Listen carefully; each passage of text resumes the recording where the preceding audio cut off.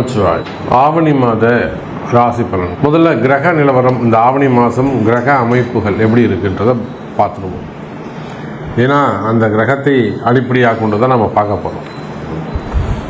முதல்ல இந்த ஆவணி மாதத்தில் 2 கிரக மாற்றங்கள் 3 கிரக மாற்றங்கள் கூட நிகழ்ந்திருக்குன்னு தான் சொல்லணும். ஒன்று, சுக்கிர பகவான் சுக்கிரன் கடக ராசியில் சஞ்சரிக்கிறார். இந்த மாதம் முழுவதும் ஒரு பெரிய நன்மை என்னன்னு கேட்டிங்கன்னா, முழுமையான ஒளி கிரகமாக முழுமையான சுபத்துவம் நிறைந்த அந்த சூரிய பகவான் தலைவனாக விளங்கக்கூடிய சூரியன் இந்த ஆவணி மாதம் 30 நாட்களும் தன்னுடைய சொந்த வீட்டில் ஆட்சி பலம் பெற்று சிம்ம ராசியில் சஞ்சாரம் செய்கிறார். அப்போ ஏறக்குறைய 1 வருஷத்துக்கு பிறகு சிம்ம ராசி அன்பர்களுக்கு ஒரு அதிர்ஷ்டமான காலம். காரணம் என்னன்னா, ஆதித்யாதி நவகிரகங்கள்ல தலைமை பொறுப்பேற்று நடத்தக்கூடிய ஒரு கிரகம் எதுனா அது சூரியன் தான். அவரை பேஸ் பண்ணி தான் வான் மண்டலமே இருக்கு, அப்படி கூட சொல்லலாம். சூரியனும் சிவபெருமானும் ஒன்றுன்னு கூட நம்ம சொல்லலாம்.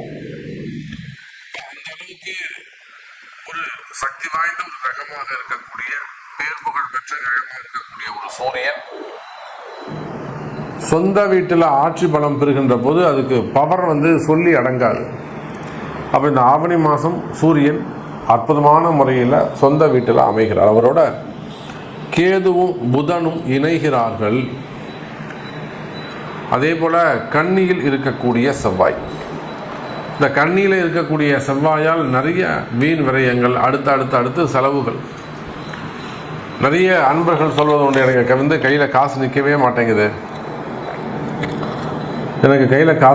மாட்டேங்குது, அதுவும் போன மாதம் இந்த மாதம்லாம் பார்த்தீங்கன்னா ரொம்ப கடுமையான வறட்சி சாமி. எவ்வளோ வந்தாலும் அடுத்து செலவாயிட்டே போயிடுச்சு சாமி, கையில் ஒன்றுமே நிற்கவே இல்லை. ஒரு ஈவி செலவு வந்தது, ஒரு ஏசி ரிப்பேர் ஆச்சு, அல்லது வேறு ஏதோ எலக்ட்ரிக்கல் ப்ராப்ளம் வந்தது, அல்லது பூமி ரிலேட்டடாக வீடை ஒரு ரெனோவேஷன் செஞ்சேன், இல்லை வீட்டில் ஒரு ஹோமம் பண்ணேன், பூஜை பண்ணேன், இல்லை அந்த ஒரு சின்னதாக டைல்ஸ் ஒன்று உடஞ்சிருந்த எடுத்து போட்டாங்க. அப்போ அந்த பூமி சார்ந்து வீட்டுக்கு ஏதாவது ஒரு வீண் செலவு, வீண் விரயம், ஒரு 40,000 ரூபா 50,000 ரூபா காலி. அப்போ இது போல் கையில் காசு தங்காமல் இருப்பது, இதெல்லாம் அந்த கண்ணியில் இருக்கக்கூடிய செவ்வாய். ஒரு கம்பெனி, பெரிய அளவில் ஒரு கம்பெனி அப்படின்னாக்கா அங்கேயும் இதே தான் ட்ரையான ஒரு சூழ்நிலைகள் இருக்கும். அப்போ இந்த சூழ்நிலைகள் எல்லாம் இந்த மாதம் மாறப்போகுது. சூரியன் அற்புதமான முறையில் இருக்கிறாங்க. ஆனால் என்னன்னாக்கா சூரியன் கேது இடத்துல மாட்டிக்கிட்டு, சூரியன் தனித்து இருப்பாரே ஆனால் அவரால் ஒரு பெரிய லாபத்தை நம்ம எதிர்பார்க்கலாம். அவர் கேதுவோடு இணைந்ததால் குறிப்பிட்ட ஒரு சில ஜாதகர்களுக்கு மட்டும் அல்லது குறிப்பிட்ட ராசிகளுக்கு மட்டும்தான் நல்ல பலன்கள் கிடைக்கப் போகுது. ஸோ இந்த ஆவணி மாதம் உங்களுக்கு என்ன நடக்க போகுது, என்ன மாதிரியான மாற்றங்கள் நிகழும், உங்களுடைய எதிர்பார்ப்புகள் பூர்த்தி ஆகுமா, நீங்கள் மனசில் நினச்சிருக்கிற ஒரு சில விஷயங்கள், நல்ல காரியங்கள் கைகூடுமா, இந்த கேள்விகளுக்கெல்லாம் ரொம்ப ப்ரீஃபாக டீட்டெயிலாக ஒவ்வொரு ராசிக்கும் ஆவணி மாத ராசி பலனை பார்க்கலாம் வாருங்கள். அன்பார்ந்த மிதுன ராசி அன்பர்களே, ஆவணி மாதம் மிதுன ராசி அன்பர்களே, இந்த ஆவணி மாதத்தை பொறுத்தவரையில் ராசிநாதன் புதன் பகவான் ராசிக்கு 2ஆம் இடம் மற்றும் 3ஆம் இடத்துல சஞ்சாரம் செய்கிறார். பாருங்க, அவர் சூரியனோடு இருக்கும்போது அவர் 3ஆம் இடத்துல இருந்தாலுமே கூட கவலை வேண்டாம் மிதுன ராசி அன்பர்களே. இந்த ஆவணி மாதம் உங்களை பல பிரச்சனைகளுக்கு தீர்வு சொல்ல போகுது. நிறைய ஃபினான்ஸ் சம்பந்தப்பட்ட கேள்விகளுக்கு பதில் சொல்லும், பண பிரச்சனைகளுக்கு நல்ல தீர்வு கிடைக்கக்கூடிய மாதமாக இந்த மாதம் அமைகிறது. நான் இவங்களுக்கு ஒரு கமிட்மெண்ட் இருக்குது சாமி, நான் இவங்களுக்கு இவ்வளோ பணம் கட்டணும், ரொம்ப அர்ஜென்ட்டு, என்னை நம்பி அவங்க காசு கொடுத்துருக்காங்க, 2.5 கோடி கொடுக்கலாம், அப்படி தான் சொல்கிறாங்க ஒருத்தர். இப்படி திருப்பத்தூர் சைடில் ஒரு பெரிய கம்பெனி வச்சு நடத்தக்கூடியவங்க, விவசாயம் சார்ந்த ஒரு பெரிய ஃபேக்ட்ரி, குடியாத்தம் திருப்பூர் அந்த சைடில் அவங்க பெரிய அந்த ஊர்லேயே கொஞ்சம் ஜமீன்தார் மாதிரி ஒரு பெரிய ஃபேமிலி, அரசியல் சார்ந்த குடும்பம், அவங்க ஒரு பெரிய கட்சியில் நல்ல பொறுப்பில் இருந்திருக்கிறாங்க. அதே சமயத்தில் தொழில் சிறப்பாக செய்கிறாங்க. கிட்டத்தட்ட ஒரு 200-300 குடும்பங்கள் அவங்களை நம்பி பிழைக்குது. அப்போது அந்த மாதிரி இருக்கவங்களுக்கு கூட ஒரு பெரிய டிரான்சாக்ஷன் ப்ராப்ளம். அவங்க பையர் ஆர்டர் கொடுத்தவங்க பொருள் ரெடி ஆகிடுச்சு, ஆர்டரை வந்து பிக்கப் பண்ணிக்கல, பொருள் ரெடியாக இருக்குது. அப்போ இவங்க பணம் பூரா போய் சிக்கலில் மாட்டிக்கிச்சு. அப்போது வந்து அர்ஜெண்ட்டாக ஒரு 4 கோடி 5 கோடி தரணும். உடனே ஜாதகத்தை எடுத்துக்கிட்டு நம்மக்கிட்ட வராங்க. சார் இங்கே பாருங்கள் சாமி, எனக்கு வந்து காசு தரணும். நான் சொன்னேன், இல்லைப்பா கொஞ்சம் தள்ளி போடலாம், அப்புறமேட்டா தரேன்னு சொல்லுவேன். இல்லை சாமி தப்பு, நான் கேட்கல, அவங்களா தான் கொண்டு வந்து இந்தாப்பா நீ வச்சுக்கோன்னு சொல்லி கொடுத்தாங்க. ஆனாலுமே இன்றைக்கி நம்ம சூழ்நிலையை பார்த்து பயந்து அவங்க ஏதோ ஒரு பொய் சொல்லி கேட்குறாங்க, எனக்கு அது மாதிரி இருக்குது நீ உடனே கொடுன்றாங்க.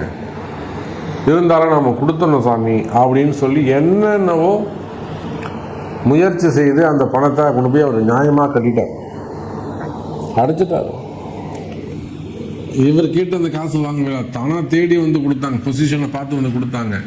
அதே பொசிஷனை திரும்பவும் பார்த்து அர்ஜென்ட்டில் வந்து வாங்கிட்டு போகிறாங்க. அப்போது மிதுன ராசி என்பர்களே அது போல் கமிட்மெண்ட் கொடுக்க வேண்டிய நிர்பந்தம். ஏன்னா பொதுவாகவே மிதுன ராசி என்பர்கள் நியாயமாக நடந்துக்கக்கூடியவங்க, அதிகம் நியாயம் தர்மம் பார்க்கக்கூடியவர்கள், இரக்க குணம் உடையவர்கள். யாரு? நம்முடைய மிதுன ராசி அன்பர்கள். அப்போ அப்படியெல்லாம் நியாயமாக நடந்துக்கக்கூடிய மிதுன ராசி அன்பர்களே, உங்களுக்கு இருந்து வரக்கூடிய கஷ்டம் கால நேரம் மாறுகிறது. 3ஆம் இடத்தில் இருக்கக்கூடிய சூரியன் அற்புதமான முறையில் உங்களுக்கு சுபத்துவமான நல்ல பலன்களை தருவதற்கு தயாராகிறார். இன்னும் கூட சொல்ல வேண்டும் என்று சொன்னால் மிதுன ராசி என்பர்களே, நாளில் இருக்கக்கூடிய கேந்திரம் ஏறி இருக்கக்கூடிய லாபஸ்தான அதிபதி, மிதுனத்துக்கு 11வது அதிபதி லாபாதிபதி யாருங்க? செவ்வாய்.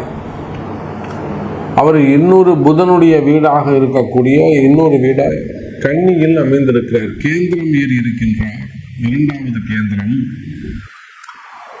அங்க வக்ரம் பெற்ற சனியுடைய பார்வையை பெறுகிறார். பொதுவாய் இந்த சனி செவ்வாய் சேர்க்கை எப்பேற்பட்ட கஷ்டத்தையும் தாண்டி வரக்கூடியது. இந்த சனி செவ்வாய் சேர்க்கை என்பது மிகப்பெரிய, எவ்வளோ பெரிய கஷ்டமாக இருந்தாலும் ஒரு நெருப்பை தாண்டுற மாதிரி, ஒரு கடலை தாண்டுற மாதிரி, ஒரு மலையை தாண்டுவதை போல மிக எளிமையாக எப்பேற்பட்ட கஷ்டத்தையும் தாண்டக்கூடிய வல்லமை, ஒரு சக்தி, ஒரு ஆற்றல் தெய்வம் இந்த ஆவணி மாதம் உங்களுக்கு கொடுக்கின்றது. நான் தான் சொல்லிட்டேனே, மிகப்பெரிய இக்கட்டான சூழ்நிலை. இப்போ நான் சொன்னேன், திருப்பத்தூர் குடியாத்தம் சைடில் ஒரு பெரிய கம்பெனி வச்சுருக்காங்க, இக்கட்டான சூழ்நிலை. அப்போ அந்த மாதிரி இக்கட்டான சூழ்நிலைகளை கூட கடந்து வர்றாங்க. சின்ன சின்ன எளிமையான பரிகாரங்கள், இக்கட்டான சூழ்நிலையை தாண்டி எழுந்து வெளியில் வராங்க, அவங்களால முடியுது அது. அப்போ அதை போல் உங்களுக்கு இருக்கக்கூடிய கஷ்டங்கள் உலகம் முழுவதும், நீங்கள் எந்த மூலையில், உலகத்தில் நீங்கள் எந்த மூலையில் இருந்தாலும், எந்த கண்ட்ரியில் இருந்தாலும் கவலை வேண்டாம் மிதுன ராசி என்பர்களே. நீங்கள் ஆணாக இருக்கலாம், பெண்களாக இருக்கலாம், குடும்ப பெண்களாக இருக்கலாம், வேலைக்கு போகக்கூடியவர்களாக இருக்கலாம், கவர்மெண்ட் ஜாபாக இருக்கலாம், பிரைவேட் ஜாபாக இருக்கலாம், அல்லது வேறு ஏதேனும் வீண்பழி அவமானங்கள் இருக்கலாம், தலைகுனிவுகள் இருக்கலாம், உங்கள் மேலே பழி சுமத்தக்கூடியதாக இருக்கலாம், பெரிய பிரச்சனையில் நீங்கள் மாட்டிக்கிட்டு இருக்கலாம். இதுலேருந்து நான் மாறுவனா சாமி, இந்த பெரிய பிரச்சனையிலிருந்து நான் வெளியே வருவனா சாமி அப்படின்னு கேட்பீர்களே, ஆனால் கவலை வேண்டாம் மிதுன ராசி என்பர்கள். அது எப்பேற்பட்ட வம்பு வழக்குகளாக இருந்தாலும், அல்லது வீண்பழி அவமானங்களாக இருந்தாலும், தலைகுனிவுகளாக இருந்தாலும், அந்த பிரச்சனையிலிருந்து நீங்கள் வெளிவரக்கூடிய மாதம். பெரிய சூழ்ச்சி செஞ்சுட்டாங்க சாமி, மெயினாக எதிரிகளுடைய சூழ்ச்சிகள், அக்கம் பக்கத்தில் இருக்கக்கூடியவங்களாக இருக்கலாம், இந்த கடைங்க வச்சு நடத்தக்கூடியவங்களாக இருக்கலாம், shop centres, business centres, own business செய்யக்கூடியவர்கள். அப்போ தொழில் போட்டிகள், தொழில் எதிரிகள், மெயினாக குடும்ப எதிரிகள், உறவு முறைகளில் வரக்கூடிய கல்லடி கூட படலாம்னா கண்ணடி படக்கூடாதுன்னு சொல்லுவாங்க. அப்ப அந்த கண் திருஷ்டிகள் மெயினா சாபங்கள் வார்த்தையால விடுறது. அப்ப எந்த மாதிரியான எதிரிகளுடைய உபத்திர தோஷங்கள் இருந்தாலும், இன்னொரு விஷயம் நீங்க முதல்ல ஒரு விஷயத்தை தெரிஞ்சுக்கணும். உங்களுடைய முன்னேற்ற தடைக்கு எது காரணம்னா, மிதுனராசி என்பவர்கள் நீங்க யாராக வேண்டுமானாலும் இருங்க. ஒரு 10,000 ரூபாய்க்கு வேலைக்கு போகக்கூடியவங்களா இருக்கலாம், ஒரு கூலி வேலைக்கு போகக்கூடியவங்களாக இருக்கலாம், அல்லது பெரிய கம்பெனியில் ஒரு நல்ல ஸ்டேஜில் நல்ல ரேங்கில் இருக்கக்கூடியவங்களாக இருக்கலாம், அரசு அதிகாரிகளாக இருக்கலாம், பெரிய பவரில் இருக்கலாம், IAS IPS secretary, chief secretary அல்லது மினிஸ்டர்ஸ், அந்த மாதிரி கூட நீங்கள் இருக்கலாம். அதே போல் பெரிய பிஸ்னஸ்மேனாக இருக்கலாம், தொழில் செய்யக்கூடியவங்களாக இருக்கலாம், பெரிய பெரிய குடும்பங்களாக இருக்கலாம், அரசியல் தலைவர்களாக இருக்கலாம், சினிமா துறையை சார்ந்தவர்களாக இருக்கலாம். அப்போ மிதுன ராசி என்பவர்களே ஒரு பேசிக்கான விஷயம், உங்களுடைய முன்னேற்றத்திற்கு எது தடை தெரியுமா?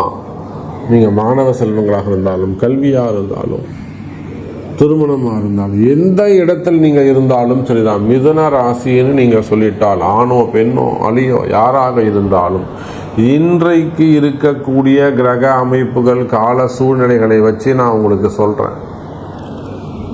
நான் சொல்கிறது 100% உண்மை. அப்போ மிதுன ராசி அன்பர்கள் நீங்கள் யாராக இருந்தாலும் உங்களுடைய முன்னேற்றத்திற்கு எது தடை தெரியுமா? திருஷ்டி, குடும்ப உறவுகள் அல்லது வெளியில் நியர்பையாக இருக்கக்கூடிய திருஷ்டிகள் அல்லது சாபங்கள். இந்த சாபமும் பாபமும் தான் உங்கள் முன்னேற்றத்திற்கு தடையாக உள்ளது. அதை அறிந்து அந்த சாப பாபத்தை நீக்குங்கள், வாழ்க்கை நிம்மதி கிடைக்கும், பிரகாசிக்கும் என்பதை சொல்லிக்கொண்டு, உங்களுடைய கேள்விகளுக்கு உங்கள் பிறப்பு ஜாதகம்தான் பேசும். மீண்டும் வேறொரு அற்புதமான பதிவில் சந்திக்கிறேன். நன்றி, நமச்சிவாயம். ஜெய் வராகி, ஜெய் ஜெய் வராகி.